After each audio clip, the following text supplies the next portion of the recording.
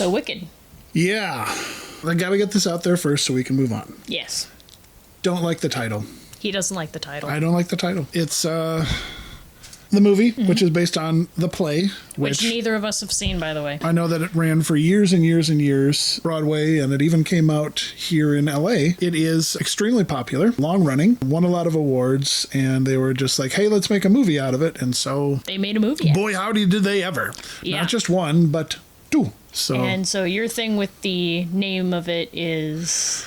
Well, you see, there was this little movie called Wizard of Oz. And in the Wizard of Oz, you know, you had this beautiful girl, Dorothy, who was innocent and she was good. And then you had the Wicked Witch. And she's wicked. Not like cool 80s Wicked where wicked, but like wicked, like evil. No likey, bad character wants not good things for you. This play always bothered me because it just seemed like it was like trying to call good evil and evil good. Yeah, and make you justify somehow the wickedness, and I didn't really care for that. However, that being said, when we did finally watch this in the theater. Which I didn't have any of these preconceptions, by the way. I'm somewhat neutral. I agree that you don't call good evil and evil good, but I'm not as like hard set on the title. I honestly think of it as a different universe. I don't think that the Wicked Witch from the original Wizard of Oz is honestly even the same person as the Wicked Witch in this new version. So well, you did mention that in the original 1939 one, both the evil neighbor and the witch persona of the evil neighbor really didn't like Toto. I'll get you, my pretty, and your little dog too. Yeah, they hated the dog. And it's like, Elphaba's like, she really wants to help the animals. That's like her main thing. Right. That's literally what drives her. I agree. Again, good, evil, and evil good. This is really bad to do that, you know? Yes. But this is not the same person. Yes. That being said, and that's a big leap for me, when we did go to see this in the theater, dang it if we didn't get one over. Yeah, I loved it. It was really good. Yeah, I really went in thinking, oh my gosh, this is going to be another Hollywood movie where they push this view or have this agenda, and it wound up being refreshingly not that at all. Yeah, which is good. We need a breath of fresh air when it comes to this is what I believe you should have it in your face. As opposed to here's a story and let's entertain you and connect with you. Yes. Which is exactly what this does. Yeah, it did. I am honestly astounded how I just fell for it. It took me a while. I was testing waters. I was like every little scene, every little character, I'm like, they're gonna, and they didn't. Mm-hmm. They wound up just having a delightful variety of characters. And speaking of character, you already mentioned Elphaba. Glinda, or Galinda, depending on when you meet her, she is delightfully irritating.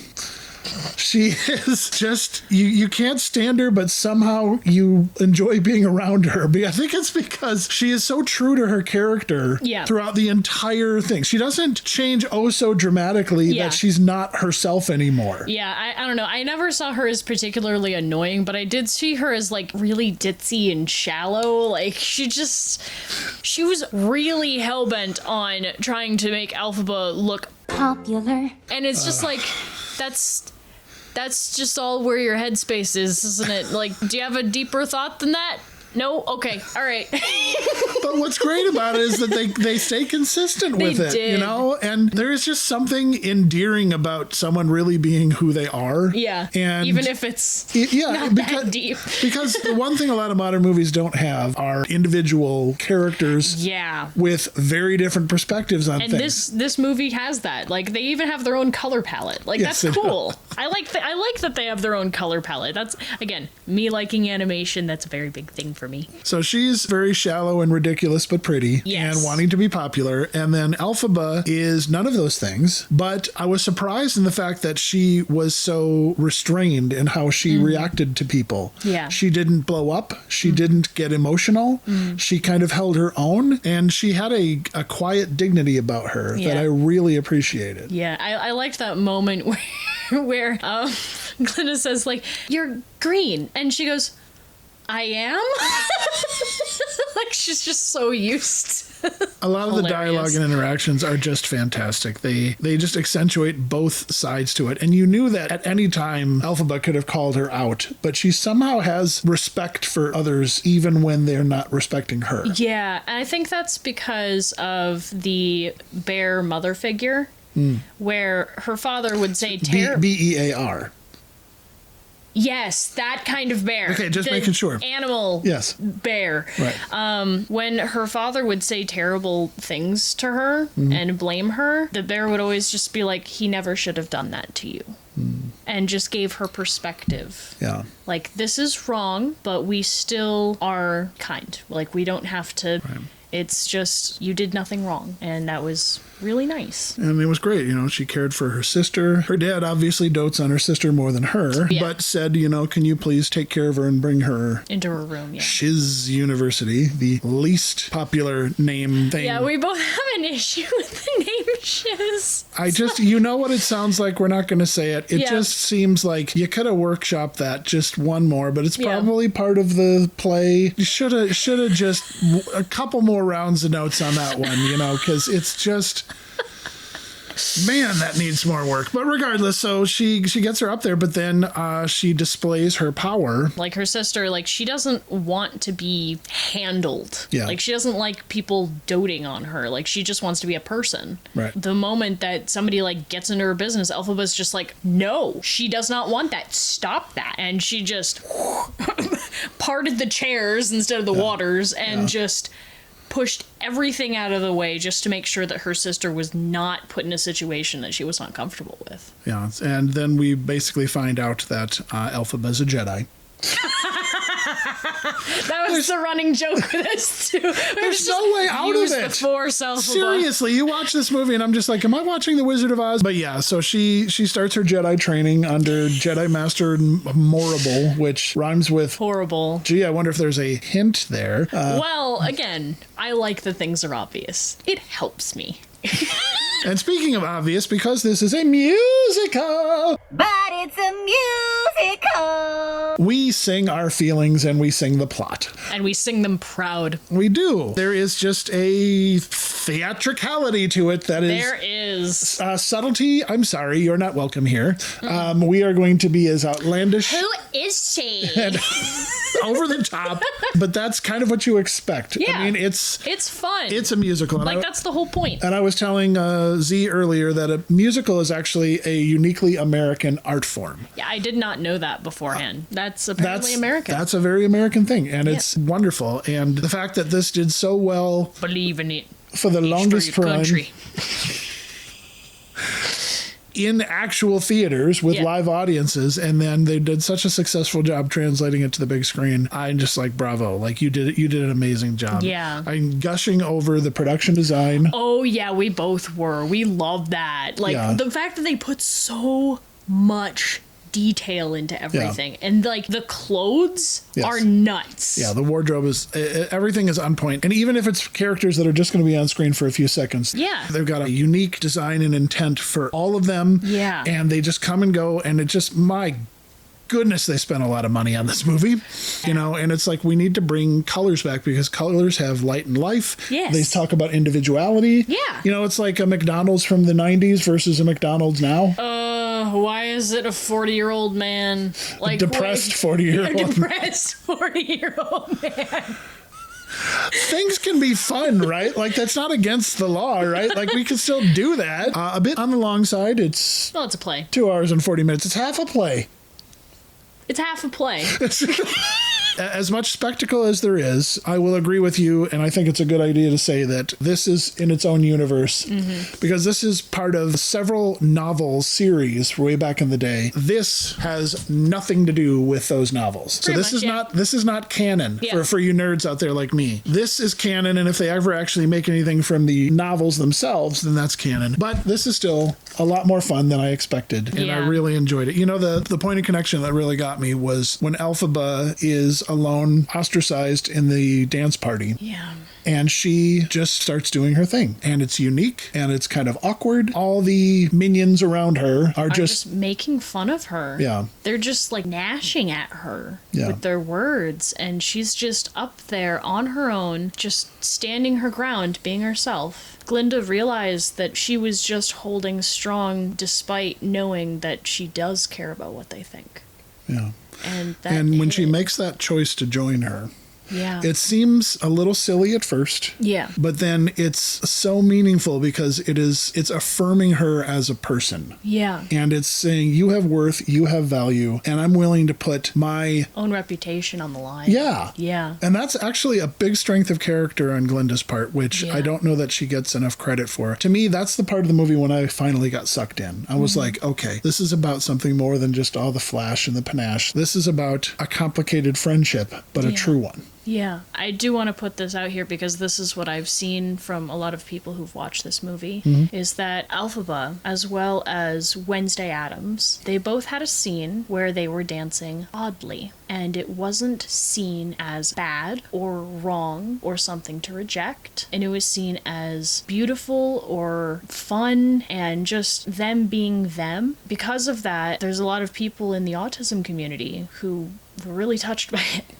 Because it was just, they were allowed to be themselves and not be hated for it. That they can put themselves out there just like that and still find other people who will love them anyway. I know I was hit by it because like I was a weird kid. I was completely normal. Oh yeah, we know him to be totally normal.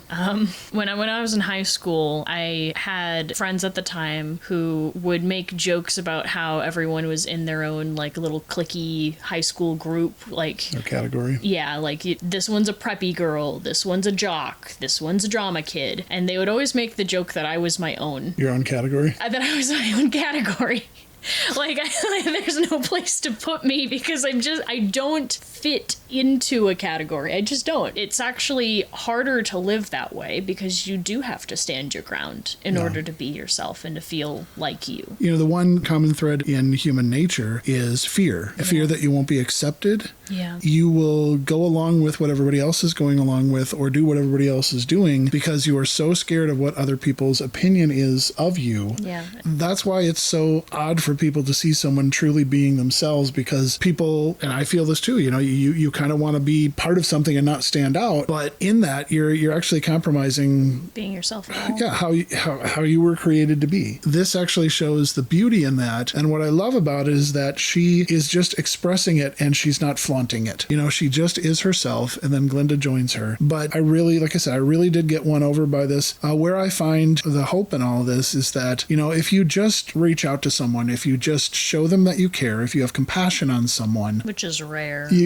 You affirm their humanity, you are going to make a connection that really matters. And you've given value to someone and you don't know what they're going through. And you never know. You could be the one ray of hope that they get that day. Yeah. You want to be the change that you want to see in the world. That means that if you would want someone to love on you and hear your heart, see your struggle, then you need to be that for someone else too. Yeah. It's so hard to find those types of people because if we're all being honest, as human beings, we all want that. So we're so focused on wanting it that we forget to give it. And that's what's important about stories like this. You know, you think, well, why can't people just be good? Why can't people learn to do that, you know, through a class or something like that? It's like, well, a story is one of the few things, other than I think music, that can really connect with your heart, teach you those things indirectly because you're going through this getting empathy and compassion for these characters, and then you can reflect on yourself and go, you know, maybe I should treat people with more grace than what I normally give. What's weird is like if someone just went up to you and said, you know, you should treat people with more grace, you know, it doesn't work. But a story, there is power in storytelling, and that's why you and I want to do what we want to do, because we want to touch people's hearts to get people to feel, and we want people. Because there's head knowledge, but then there's heart knowledge. Right. You can take an entire class on empathy, and I don't think you'd learn a dang thing. Right. But if you feel it, it becomes more real. Yeah. Storytelling does that. It makes a character that you can put your heart onto. You get to go through the story with them and you feel more because you're experiencing something that you wouldn't have otherwise Right. Yeah. through someone else's eyes. Someone once said, watching a good movie is like entering into someone else's dream. And that will help you be human, be more to other people. You know, in your heart of hearts, you want to be treated that way. And there's a reason why movies and stories like this are so insanely popular is because it hits on those things. It's not just a spectacle. You and I have seen enough soulless spectacle this year to numb us into a coma. We watch something like this and there's a spark and it just lights you up. And it's because there's light and life and, believe it or not, goodness in a movie called Wicked. We just want to encourage you, if you've got a story that is on your heart that could inspire people, you should go for it because it's not going to do anybody any good if they never see it or hear it or get affected by it. And we're working on ours. Yeah. But the point of all of it is so that we can connect with your heart and that if you're changed for the better, that's a good thing. Yeah. I once heard from an artist that your characters are trapped in your mind until you put them at the edge of a pen. Oh, it's interesting. You have to let them out. Right. They're going to be stuck in your head like in a prison, and they'll never be able to touch the world if you don't put it out there. Yeah. You might inspire somebody else, and you'll never know. Or you could tell them in the comment section. That's true. So. We have one of those. So feel free to use it and say hi. Yes, because we'd love to hear what you'd have to say. If you like this channel, if you like this video, we would just ask that you would like and share. And subscribe, because we want to make our projects and we want to affect some hearts. Yeah, and we want you to kind of join us on the journey. And by the way, we finally hit our 50th review. Really? The last video. Go us. Yeah. Wow. I didn't expect that. Yeah. That's pretty awesome. Yeah. 50th, huh? 50th. That's amazing. So thank you for being with us. We will see you again Very soon.